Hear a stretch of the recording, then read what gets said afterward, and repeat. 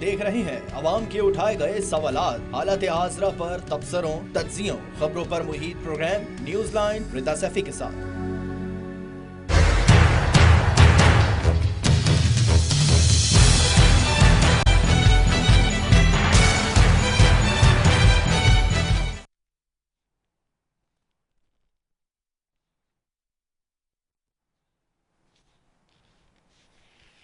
अस्सलाम वालेकुम, मैं हूँ रिदा सैफी। नाजरीन, सस्ती बिजली इन दिनों ऐसे ही है जैसे हौले से चले बादे नसीम, जैसे बीमार को बेवजह करार आ जाए।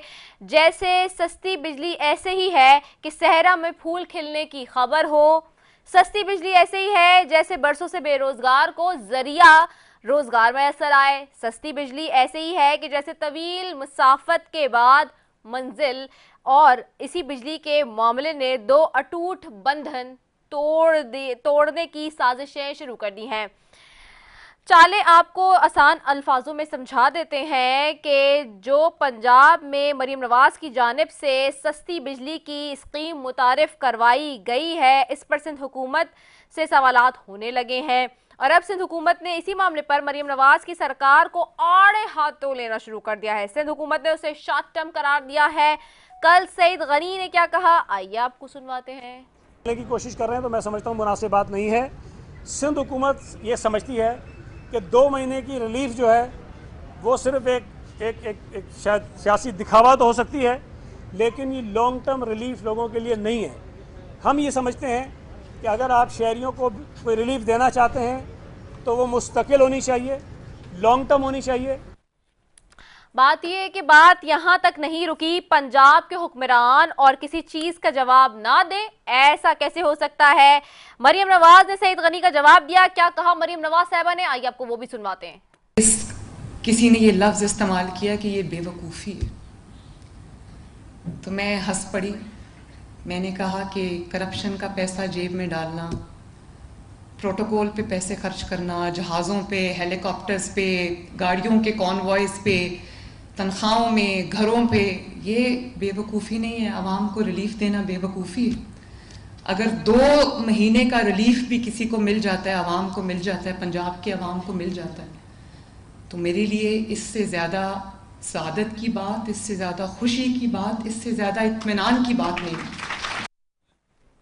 बहरहाल नाकाम से नाकाम तर पॉलिसियां, आवाम की मुसलसल तनकीद ने हुकूमत में मौजूद जमातों को आमने सामने लाकर खड़ा कर दिया है। अब एक दूसरे की कारकर्दगी पर भी तंज हो रहे हैं।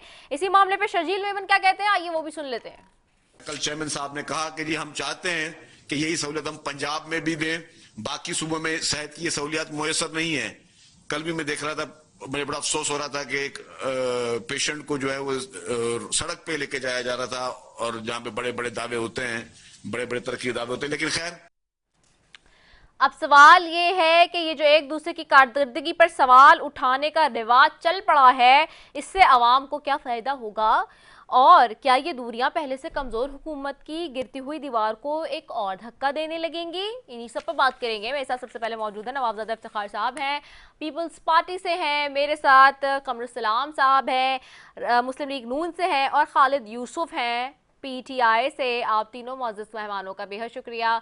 सबसे पहले नवाबजादा इफ्तिखार साहब की तरफ जाती हूँ। नवाबजादा इफ्तिखार साहब, क्या वजह बनी है कि पीपल्स पार्टी की हुकूमत और पीपल्स पार्टी के लोगों को इस बात का बुरा लगने लगा है कि जो पंजाब हुकूमत रिलीफ दे रही है बिजली के बिलों में? देखिए, थोड़ा सा इसे अगर आप जी नवाबजादा इफ्तिखार साहब समझें कि जी, मैं अर्ज करूं कि इसमें आप ये देखें कि पहले प्राइम मिनिस्टर साहब ने मरकज में 1 यूनिट से लेकर 200 यूनिट तक रिलीफ दिया, और फिर CM पंजाब ने 200 यूनिट से लेकर 500 यूनिट तक, और इससे पहले सिंध हुकूमत 21 लाख घर बमा सोलर लगाकर दे रही है।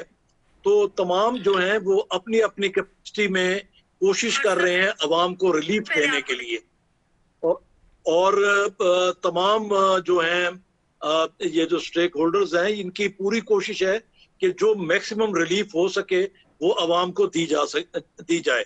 तो उसके लिए कोशिश हो रही है, और तमाम अपने अपने उसमें डोमेन में रहते हुए कोशिश कर रहे हैं।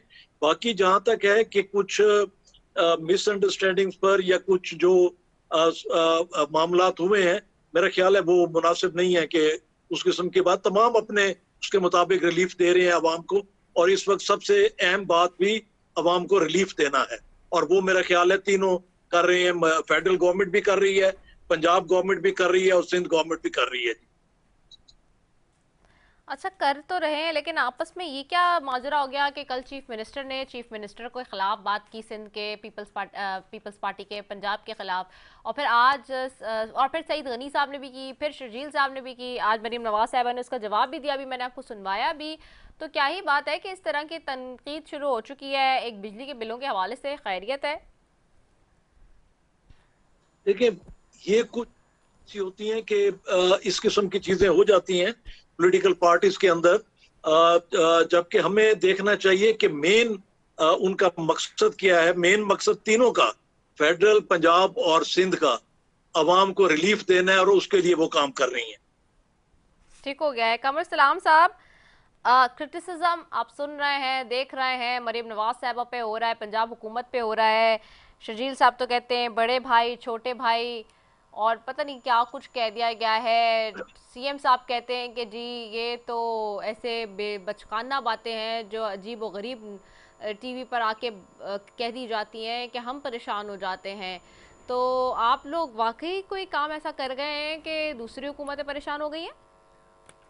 देखें, हम बिल्कुल कोई ऐसा काम नहीं कर रहे। आपने बड़े खूबसूरत अंदाज में प्रोग्राम की इब्तिदा की थी कि जैसे बादे सबा चुपके से आ जाए बादे नसीम, तो यही उसी रवायत को बरकरार रखते हुए मैं कहूँगा कि ये तीन मुख्तलिफ सूबे, केपी, सिंध और पंजाब, तीनों में तीन कौमी पार्टियों की हुकूमत। तो अगर एक सूबे ने एक इनिशिएटिव लिया तो दूसरे सूबे कोई और इनिशिएटिव लेके उसका मुकाबला भी कर सकता है, उस इनिशिएटिव का मैदान भी हाजिर है। तो केपी की अगर कोई जो है सूबाई हुकूमत, वो कोई इनिशिएटिव लेती है सुई गैस के बिलों में या बिजली के बिलों में मदद देती है लोगों को, तो वो ये नहीं कहना चाहिए कि इमरान खान साहब ने या पीटीआई ने दूसरे सूबों को नहीं सोचा और केपी का सोचा। इसी तरह सिंध में भी पीपल्स पार्टी एक कौमी जमात है, लेकिन उसकी चूंकि हुकूमत सूबे में है तो सूबाई फंड से तो वो वही इंटरवेंशन करेगी जो सूबे के फंड में अवेलेबल होगा। तो यही हालत पंजाब की है। तो पंजाब ने पहले मरकज ने लोगों को सहूलत दी, 200 यूनिट तक का बिल में उन्होंने सहूलत दी तमाम सूबों को, और मरकज का दायरा इख्तियार तमाम सूबों में था। फिर पंजाब आगे आया और पंजाब ने 14 रुपए फी यूनिट अपने वासियों को, पंजाब के शहरियों को 14 रुपए, यानी 500 यूनिट को अगर 14 से जब दें, टैक्सेस निकाल के 7,000 रुपया फी फैमिली, 7,000 रुपया फी कंज्यूमर, पूरे पंजाब की 12-13 करोड़ की आबादी को उन्होंने एक सहूलत दी। तो अगर ये लॉलीपॉप भी है तो बहुत मीठा और बहुत जो है वो दिलकश है, अगर ये दिखावा भी है तो ये बहुत खूबसूरत दिखावा है, लोगों के दिलों में सुकून लाने वाला, लोगों को इस मुश्किल दौर में, इब्तला के इस मुश्किल दौर में, महंगाई में सहूलत देने वाला। और सिंध भी डेफिनेटली कुछ ना कुछ देगा, तो इसको लड़ाई की ज़िम्मन में नहीं लेना चाहिए, ना इसको कोई कन्फ्रंटेशन है। ये दो मुख्तलिफ सियासी पार्टियां, इनके अपने अपने नजरिए, इनके अपने अपने एजेंडाज हैं, इनके अपने अपने प्रोफाइल्स हैं और इनके अपने अपने मंशूर हैं। तो इसलिए चले मैं आपको वजीर आजम क्या कहते हैं इस सारे मामले पे वो भी बता देती हूँ। बिजली पर बाकी सूबे भी पंजाब की तरह रिलीफ दे सकते हैं, इस पर सियासत ना करें, वजीर आजम शहबाज शरीफ ये कह रहे हैं। ये बिल्कुल ठीक कह रहे हैं ना कि इस पे ना किसी प्लेटफॉर्म से सियासत नहीं होनी चाहिए, और ना ये कोई ऐसी कोशिश होनी चाहिए कि इन चीजों को उभार कर और इसको किसी लड़ाई या किसी इख्तलाफ की तरफ ले जाया जाए। फितरी बात है, दो सियासी जमातें वो एक दूसरे पे तनकीद भी करेंगे, और सूबों में कंपटीशन होना किसी खुदा न ख्वास्ता फसाद या झगड़े की निशानदेही नहीं कर रहा। कंपटीशन होना एक हेल्थी फजा की जो है निशानदेही कर रहा है, ताकि सारे सूबे एक दूसरे से बढ़कर अपने अवाम की खिदमत का जो है ना वो बेड़ा भी उठाएं और उस पर अमल भी करें। चलें पीटीआई से भी पूछ लेते हैं वो क्या कहते हैं। जी खालिद यूसुफ साहब, आप कैसे देखते हैं इस सारे मामले को? बिजली के बिलों के नर्क का मामला है और पंजाब हुकूमत इसमें आगे आगे है और अब सब बाकी जो है वो इस पे पीछे थोड़ा रह गए हैं। केपीबी क्या कोई रिलीफ देगा? सूबा रिलीफ देने के लिए कुछ जाएगा? पहली बात तो ये है कि जी बिजली का जो आवाज मेरी आ रही है आपको? जी आ रही है खालिद यूसुफ साहब, आ रही है बिल्कुल। जी, जो बिजली का बिलों का जो मसला है, ये गुज़िश्ता 20 साल से जो 30 साल से जो IPP लाए गए मुस्लिम लीग नून की तरफ से और पीपल्स पार्टी की तरफ से जो लाए गए, इनके अदवार के अंदर 1994 से लेकर 2013-14 तक इन्होंने जो इनके अपने फेवरेट मनपसंद लोग थे, ये वो महंगे तरीन मनसूबे शुरू किए, जिसकी वजह से आज पाकिस्तान की आवाम एक करब और मसाइल से गुजर रही है और इंतहाई महंगे बिजली के बिल फेस कर रही है और अदा कर रही है। और लोग बिजली के बिल अदा करने के लिए खुदसोजी करने पे, मकान के सामान घर का बेचने पे मजबूर हो चुके। और दूसरी बात यह है कि बिजली अगर आपने सस्ती फराहम करनी है तो आप सबसे सस्ते जराए की तरफ जाएं, आप सबसे सस्ते जरिए इस्तेमाल करें, आप हाइड्रो की तरफ जाएं, बाकी मनसूबाजात शुरू करें। जिस तरह ये मनसूबाजात 2 महीने का आपने रिलीफ दे के और कह रहे हैं कि लॉन्ग टर्म जो है ये रिलीफ देने का एक तासर दिया है, ये 2 महीने कैसा लॉन्ग टर्म है जो 2 महीने दे रहे हैं? तो तीसरे महीने क्या आवाम को सस्ती बिजली मुयसर आएगी या नहीं? तो कैपेसिटी पेमेंट्स के जो सिलसिला एक माहिदों का है, जो IPP के साथ माहिदे किए गए और उनके अंदर जिस तरह की टिकें इन्होंने डाली, वो आवाम का खून निचोड़ा गया और निचोड़ा जा रहा। खरबों रुपया अपने मनपसंद जो इनके इंडिपेंडेंट पावर प्रोड्यूसर्स हैं उनको दिया गया है, जो अपने इनके जो रिपोर्ट्स के मुताबिक इनके अपने लोग हैं सारे। और अब पाकिस्तान की आवाम को अगर ये सस्ती बिजली फराहम करना चाहते हैं तो मुस्तकिल बुनियाद पे ये ऐलान करें कि 2 महीने के लिए भी 2 साल के लिए है। ये 2 महीने वाला लॉलीपॉप आवाम को ये नहीं किया जा सकता। और जहाँ तक पख्तूनख्वा की हुकूमत का बात आप कर रहे हैं तो उसके तो ये फंड भी नहीं रिलीज कर रहे, बाहर उनके मसाइल पैदा कर रहे हैं। सबसे ज्यादा सस्ती बिजली खैबर पख्तूनख्वा सूबा पैदा करता है, लेकिन उसके जो फंड्स हैं, जो उसके जो बाकी चीजें हैं, ये बर वक्त ना रिलीज कर रहे हैं और ना उसके साथ तावन कर रहे हैं। तो खैबर पख्तूनख्वा के साथ जो इनका रवैया है, जैसी हुकूमत कायम हुई तो उन्होंने उसके साथ सौतेला रवैया है। और अगर खैबर पख्तूनख्वा की हुकूमत जिस तरह पाकिस्तान के अवाम के मैंडेट पे काम किया, इस तरह की पंजाब या सिंध हुकूमत जो है वो तो अवाम के मैंडेट के मुताबिक भी नहीं है। 2 माह बिजली के बिलाज के बजाय ये अवाम का पहले हकीकी मैंडेट वापस करें ताकि अवाम अपनी मुंतखब हकीकी नुमाइंदों के लिए सस्ती बिजली के मनसूबाजात शुरू कर सके। ठीक हो गया है। ताकि पाकिस्तान की आने वाली जो नस्लें हैं उनको ताकि सस्ती बिजली में चक्कर हो। 2 महीने कोई भी हाल नहीं है, हल होना चाहिए 20 साल के लिए, हल होना चाहिए और निकलना चाहिए 40 साल के लिए, 50 साल के लिए। 2 महीने वाला ये जो लॉलीपॉप है ये सिर्फ ये एक मीडिया स्टंट है। और जिस तरह अखबारात के अंदर करोड़ों रुपए के इश्तहार दिए जा रहे हैं तो ये जितना पैसा इधर ज़ाया किया जा रहा है उसी पैसे को ये इन सस्ते बिजली के मनसूबाजात की तरफ शुरू करें, वो उससे बिजली के सस्ते मनसूबे शुरू किए जाएँ ताकि अवाम को आने वाले 2-3 साल बाद ताकि सस्ती बिजली मुयसर आ सके। महंगी बिजली की वजह से पाकिस्तान के अंदर तमाम इंडस्ट्री खत्म हो चुकी है। पाकिस्तान के अंदर गुज़िश्ता 40 साल से यही 2 खानदानों की हुकूमत रही है। इन्होंने जितने बिजली के मसाइल हैं, पावर की सेक्टर के जितने मसाइल हैं, उसके ये खुद जिम्मेदार हैं। और ये अब एक फ्रेंडली मैच खेलते हैं कि एक हेल्थी कंपटीशन का हमारे एक दोस्त ने अभी कहा, फाजल दोस्त ने जो अभी यहाँ कहा, तो ये हेल्थी कंपटीशन नहीं है, ये सिर्फ अवाम की नजरों में धूल झोंकने की आदत है। अवाम आपकी बात के ऊपर तायद की या तस्दीक नहीं करती है। अवाम समझती है कि आप उसको अवाम की नजरों के अंदर दूध झोंकने की कोशिश कर रहे हैं। जी ठीक हो गया है। मैं आपकी तरफ आऊँगी नवाज़ादा इफ्तिखार साहब। जी वो कह रहे हैं कि लॉन्ग टर्म प्लान होना चाहिए, ये नहीं होना चाहिए। KPB यही कह रहा है, PTI से भी यही बात आ रही है कि जी लॉन्ग टर्म होना चाहिए और अगर 2 महीने क्या होते हैं 2 साल होने चाहिए और IPPs का असल मसला है सारा। जी अच्छा देखें, जहाँ तक लॉन्ग टर्म की बात की है इन्होंने, देखिए उसमें फेडरल गवर्नमेंट हो, पंजाब गवर्नमेंट हो, सिंध गवर्नमेंट हो, वो पहले ही सोलर सिस्टम जो है ये उसका उन्होंने वो ऐलान किया है और अगले 1-2 माह में वो लॉन्च करने जा रहे हैं। तो वो लॉन्ग टर्म हो जाएगा। 40% से मेरे ख्याल ज्यादा बिलों में उसकी कमी आएगी उससे लॉन्च करने के बाद।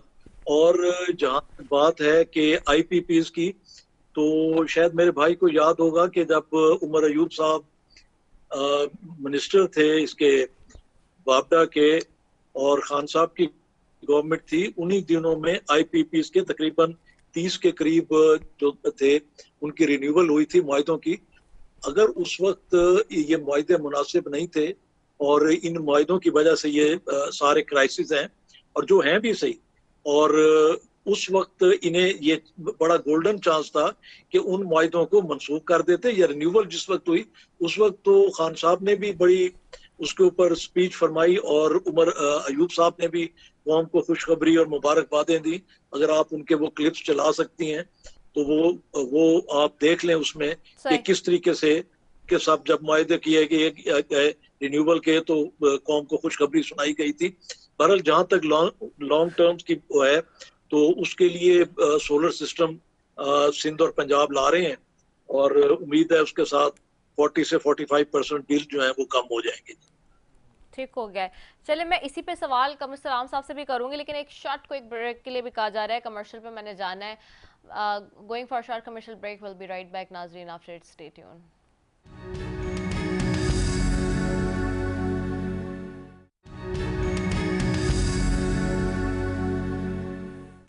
वेलकम बैक नाज़रीन, और इसी पे बात करूंगी, कमर सलाम साहब की तरफ भी जाओगे। कमर सलाम साहब, आप इसको कैसे देखते हैं? IPPs का मामले पे बात हो रही है और KPK या PTI की तरफ से बात आ रही है कि जी IPPs का मामला है, और ये तो हकीकत है, इट्स मैटर ऑफ फैक्ट कि आप पीपल्स पार्टी ने ही पिछले 75 सालों में से 3.5 साल निकाल दें तो ऑलमोस्ट पाकिस्तान पे हुक्मरानी की है। तो ये है जी कि अगर आप 75 साल में से पीपल्स पार्टी का और मुस्लिम लीग नून का टाइम निकालें तो शायद ये 5 साल ये वाले और कुछ 10-11 साल बनते हैं मुस्लिम लीग नून के, और तकरीबन इतने ही पीपल्स पार्टी के बनते हैं, शायद थोड़ा सा कम बनते हैं। मरकजी हुकूमत की मैं बात कर रहा हूँ, तो इसलिए 75 का इल्जाम तो न है।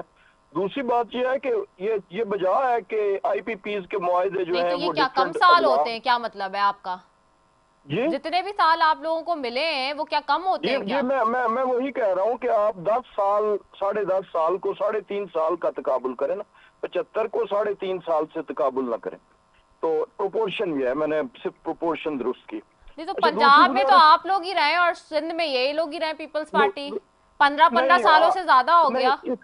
देखें, इस वक्त IPPs की बात हो रही है और बिजली की हो रही है, तो बिजली के लिए जब हम बात करेंगे तो फिर मरकजी हुकूमत को हम काउंट करेंगे ना, सूबाई को नहीं करेंगे। मेरी चलिए ठीक है, सही है। जी हाँ। जी, तो ऐसे है कि अभी ये बात इन्होंने की ये IPPs की, तो IPPs का जो ये चार्जेस हैं, जो आपके कैपेसिटी चार्जेस है जी, ये एग्रेवेट कब हुए? बिजली का नर्ख ज्यादा होना या कम होना अलग बात है, ये एग्रेवेट तब हुए कि जब बिजली की हमारी मुतवक्को इस्तेमाल जो हर साल 10 से 15% बढ़ रहा था और एक टाइम पे क्राइसिस था बिजली का, वो इन 4 बरसों में इंडस्ट्रियलाइजेशन जो है वो अपने लोएस्ट स्टेप पे गई। जो इंडस्ट्रियल स्टेट्स थी अपना CPEC के रूट्स के साथ प्लान थी जिन पे कि बिजली का खातिर ख्वाह इस्तेमाल होना था, आना था, तो उस पे वो नहीं हो सका। तो बिजली की अब पिछले 3-4 बरसों में हमारी इस्तेमाल कम हो रहा है। अगर आप फिगर देखें तो कंजम्पशन कम आ गई है, तो उसकी वजह से कैपेसिटी चार्जेस का इशू ज्यादा एग्रेवेट हुआ। यानी आप देखेंगे आज से 10-15 बरस पहले कैपेसिटी जितनी बिजली बन रही थी उतनी इस्तेमाल हो रही थी, तो कैपेसिटी चार्जेस वो नॉट एन इशू। लेकिन यह बहुत बड़ा इशू है, मैं इसको बिल्कुल दफा नहीं करूंगा। ये 4 साल इन्होंने की, हम भी कोशिश कर रहे हैं इसको खत्म करने की। अब रही बात ये जो अभी खालिद भाई सोलर के प्रोजेक्ट ला के आप, और तो और मसला बन जाएगा ये तो। ये खालिद साहब अभी जो कह रहे थे कि ये 2 महीने का आर्जी जो है ये लॉलीपॉप है और 2 महीने का आर्जी, तो मैं एक मिसाल दूंगा कि आपका सर पे मालिक मकान किराया लेने के लिए आ गया और अगर वो कह रहा है इस महीने का किराया नहीं दिया तो मैं मकान खाली कराऊंगा, सामान बाहर फेंकूंगा, और बिजली का कनेक्शन कट जाते हैं अगर आप बिल ना जमा कराएं। तो आपकी जगह कोई किराया दे देता है तो कोई ये तो नहीं कहना चाहिए कि मकान नाम लगवाओ। तो ये 2 महीने का रिलीफ है या 3 महीने का है या जितने का है, ये बहरहाल रिलीफ है सूबा पंजाब के अवाम को। और बाकी सूबों को बजाय इस पे तनकीद करने के केपी वालों को, खालिद साहब को मशवरा देना चाहिए कि वो अपने जो वहाँ के शहरी हैं उन्हें ये रिलीफ दें।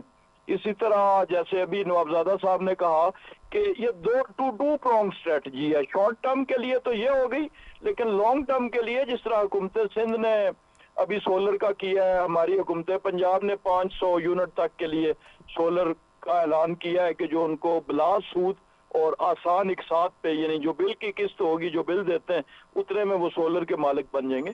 तो ये दोनों पे काम जारी है। और तीसरा जो सबसे इम्पोर्टेंट है, जो जिसका ताल्लुक IPP से है, उस पे भी हमारी हुकूमत जो है वो बड़ी सीरियसली काम कर रही है और तवक्को है, पूरी उम्मीद है।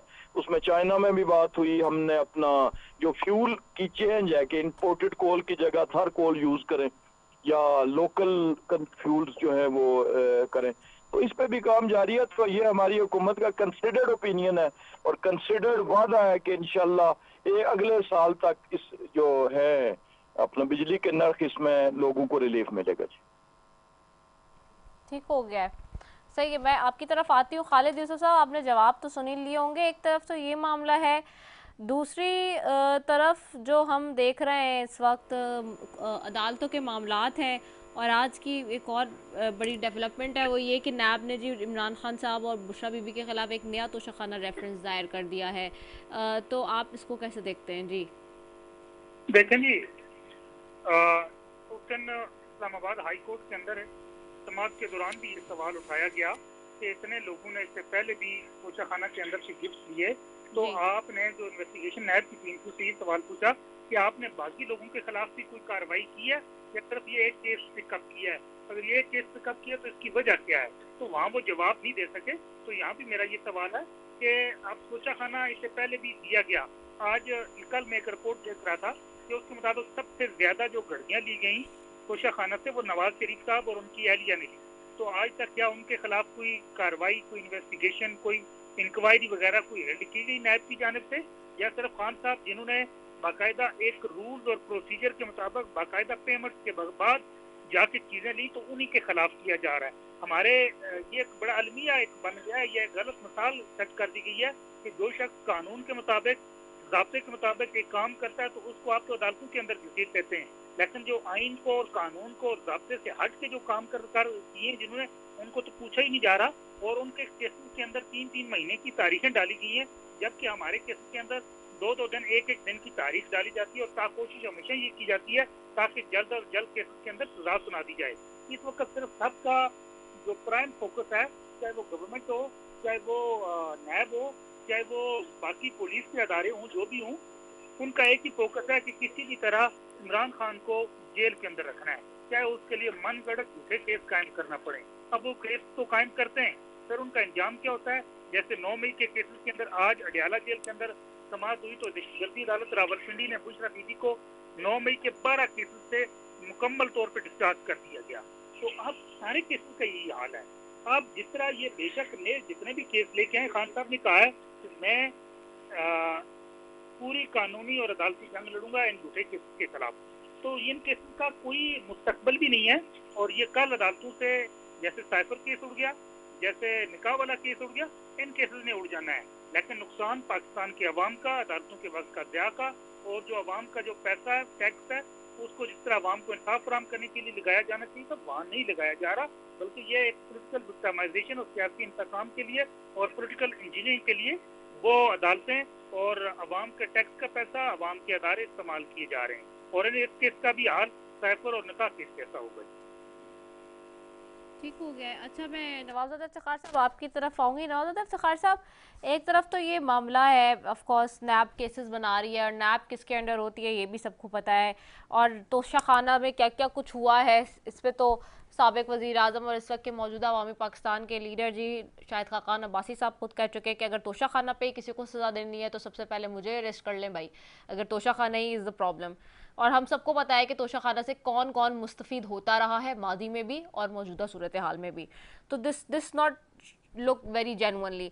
हैविंग सेड दैट, इसके अलावा अगर देखें तो इस वक्त इस्लामाबाद हाई कोर्ट में एक और भी मामला ज़ेर बहस रहा और केस रहा, और वो ये मिसिंग पर्सनस के हवाले से। माजी में भी ये कहा गया इस्लामाबाद हाई कोर्ट ने कि जो आज हो रहा है उतना गुज़िश्ता दौर हुकूमत में भी हो रहा था, और इनमें और उनमें और इनमें कोई फ़र्क नहीं है। मतलब मिसिंग पर्सनस का एक मामला बड़ा जेन्युइन मामला है, लेकिन अनफॉर्चुनेटली हम देखते हैं कि किसी भी हुकूमत की तरजीहात में हमें नज़र नहीं आता। आप हुकूमत का हिस्सा है, मरकज़ी हुकूमत का। आप लोग ने भी बात की, वज़ीर साबिक फॉरेन मिनिस्टर और chairman Bilawal Bhutto, people's party के बिलावल भुट्टो जरदारी साहब भी इस पे एक आध दफ़ा बस बोले और इसके बाद फिर वो खामोशी हो गई। उस तरह से इसको एक जिसे कहते हैं ना कंसिस्टेंसी के साथ नहीं लेके जाया जाता। जो बलूचिस्तान में इस वक्त हो रहा है, जो गवादर में हम देखते हैं सूरत हाल, बड़ी अनफॉर्चुनेट लगती है, और लोग सवाल भी करते हैं कि आखिरकार मुल्क में ये क्यों हो रहा है। देखिए, ये इस हुकूमत में नहीं, ये इससे पहले भी ये मसले पिछली हुकूमतों में भी रहे जी, और बिल्कुल यही मैंने कहा काफी है। हद तक जी जी मैं अर्ज करूँ ना जी कि काफी हद तक जो मिसिंग पर्सन्स थे उनके बारे में रिपोर्ट्स भी पेश हुई, कुछ आ भी गए, कुछ मुल्क से बाहर थे, उनकी भी रिपोर्ट्स दाखिल हुई, और उसके ऊपर सूबाई गवर्नमेंट भी और मरकजी गवर्नमेंट भी काम कर रही है, एजेंसीज भी काम कर रही हैं।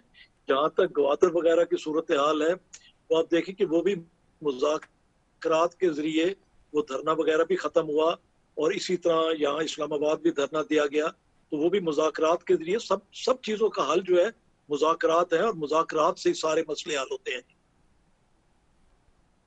अच्छा, ठीक है, चलें कमर सलाम साहब आपकी तरफ आऊँगी। आज इस्लामाबाद हाई कोर्ट के बड़े रिमार्क्स हैं। माजी की हुकूमत को तो कहा उन्होंने कि जी जो हो रहा था, और आज उन्होंने कहा कि जितना हो रहा है उतना ही गुज़िश्ता दौर में भी हो रहा था, लिहाजा किसी में भी कोई फ़र्क नहीं है।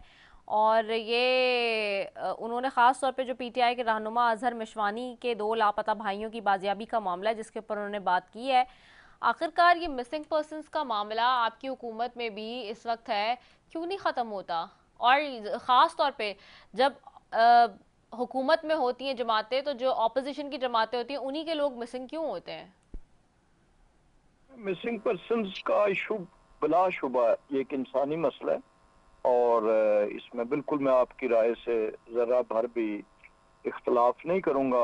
आप जो फरमा रहे हैं बिल्कुल ठीक कह रहे हैं, और आप क्या कह रहे हैं, आप तो वही कह रहे हैं जो एक मुहज़्ज़ब इंसान को और उसको कि जो दर्द दिल रखता है उसे कहना चाहिए। लेकिन मिसिंग पर्सन के जो मामलात हैं उसके कुछ 3-4 डिफरेंट पहलू हैं। एक तो पहली बात जो अभी हमने गुफ्तगू की, ये तो उन मिसिंग पर्सन्स के बारे में है जो कि जेन्युइन मिसिंग पर्सन्स हैं, और जिन पे ये शक किया जाता है कि उनको किसी ताकत के बलबूते पर किसी जगह वो कस्टडी पे हैं, चाहे वो स्टेट एक्टर्स हैं या नॉन स्टेट एक्टर्स। ये एक कंपोनेंट है। लेकिन उसके साथ वो वाला कंपोनेंट आम तौर पे यहाँ पे पंजाब के उन इलाकों से जहाँ से मेरा ताल्लुक है, वहां पे भी बहुत से ऐसे मिसिंग पर्सन्स हैं जो रिपोर्टेडली मिसिंग पर्सन्स हैं, they are in the list of missing persons, और वो कभी कभार साल 2 में उनके घर वालों को वो कहीं दीदार भी करा जाते हैं, कहीं टेलीफोन कॉल भी आ जाती है, जो कि उन नॉन स्टेट जो कोई ऑर्गेनाइजेशंस हैं डिफरेंट, वो उनके आलाकार बने हुए हैं, और इस तरफ से वो यानी डबल एज वेपन बने हुए हैं। इधर से वो इल्जाम में इजाफा कर रहे हैं पाकिस्तान के स्टेट के अदारों पर की बदनामी में हिस्सा ले रहे हैं, या उनकी नेकनामी में कमी कर रहे हैं कि उनको भी उसी सफ में शामिल किया जाता है। ये दूसरी भी बड़ी खतरनाक है। और एक नॉन स्टेट एक्टर्स के अपना मिसिंग पर्सन्स का वो वाला भी इशू है, शायद पता नहीं, मुझे नहीं पता कि मिसिंग पर्सन के उस कमीशन ने इस बारे में इन लाइंस पे कहीं कोई इन्वेस्टिगेशन की है या नहीं। तो तीसरी किस्म वो है कि जो किसी एक्टिविटी के अंदर हमारे बॉर्डर के अंदर या क्रॉस बॉर्डर में हमसाया ममालिक में वो किसी जगह पे शिकार हो गए, किसी के मारे गए किसी जगह, या वहां पर कैद हो गए कि ये तालिबान की डिफरेंट ऑर्गेनाइजेशन है, आपस में वो बरसरे पैकार हैं।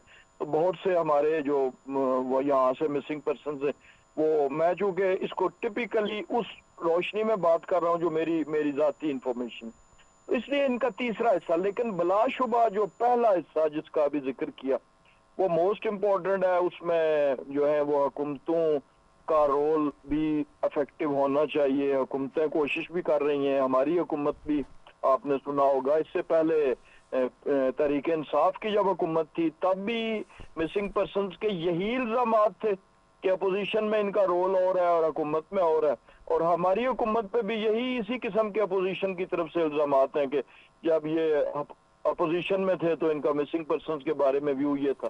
तो मेरा ख्याल है हमें कुछ इंसानी जो मामलात हैं उन पे अपने जो चीज़ें उसमें थोड़ा सा मजीद क्रिटिकल होना पड़ेगा और अपने बायस को कम करना पड़ेगा, पॉलिटिकल बायस को।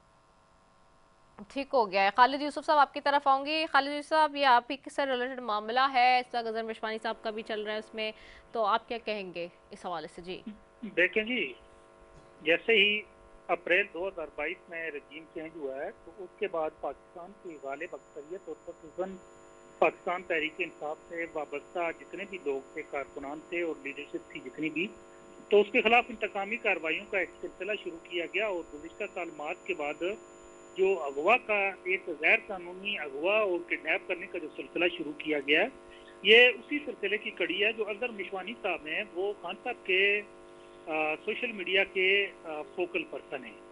तो ये वाइड फैमिली है जिससे तमाम के तमाम घर के 4 अफराद, बाप भी और 3 बेटे भी इससे पहले उठाए गए और अभी दोबारा से उनको उठाया गया है। तो लाहौर हाई कोर्ट के अंदर पहले भी पटिशन रही और अब भी मौजूद थी और अब इस्लामाबाद हाई कोर्ट के अंदर ये केस ज़ेर समाअत है। तो उस हवाले से अटार्नी जनरल को भी बुलाया गया और इस्लामाबाद हाई कोर्ट के जस्टिस गुल हसन और गुज़ेर साहब ने इस हवाले से बड़ी वजाहत से बताया है कि कानून के मुताबिक, आइन के मुताबिक आपको चलना होगा, इसके बगैर कोई चारा कार नहीं है। तो ये जो गैर कानूनी अगवा हैं, ये जबरन लोगों को उठा लिया जाता है सिर्फ सियासी वाबस्तगी की बुनियाद पे, ये पाकिस्तान के आइन की और कानून की वाज़िया और खुल्म-खुल्ला खिलाफ वर्जी है। ये पाकिस्तान के आइन को चैलेंज करने के मुतरादिफ है कि आप किसी भी शख्स के सियासी और शहरी हकूक को सल्ब करते हुए उसकी राय को बदलने के लिए आप रियासती क़ुव्वत को इस्तेमाल करते हुए आप उसके घर के अफराद को, उस शख्स को, उसके वालिदैन को उठा लें और उसको अपनी राय बदलने पे मजबूर करें। ये बुनियादी तौर पे आइन के खिलाफ है। तो इस्लामाबाद हाई कोर्ट के अंदर इस केस की समाअत मुकर्रर है। तो इंशाल्लाह उम्मीद है कि इस्लामाबाद हाई कोर्ट से हमें कोई बेहतर इसका फैसला आने की तवक्को है। अच्छा, ठीक हो गया है। अच्छा, चले, ये तो मामला इसके ऊपर भी हो गया है, ठीक है।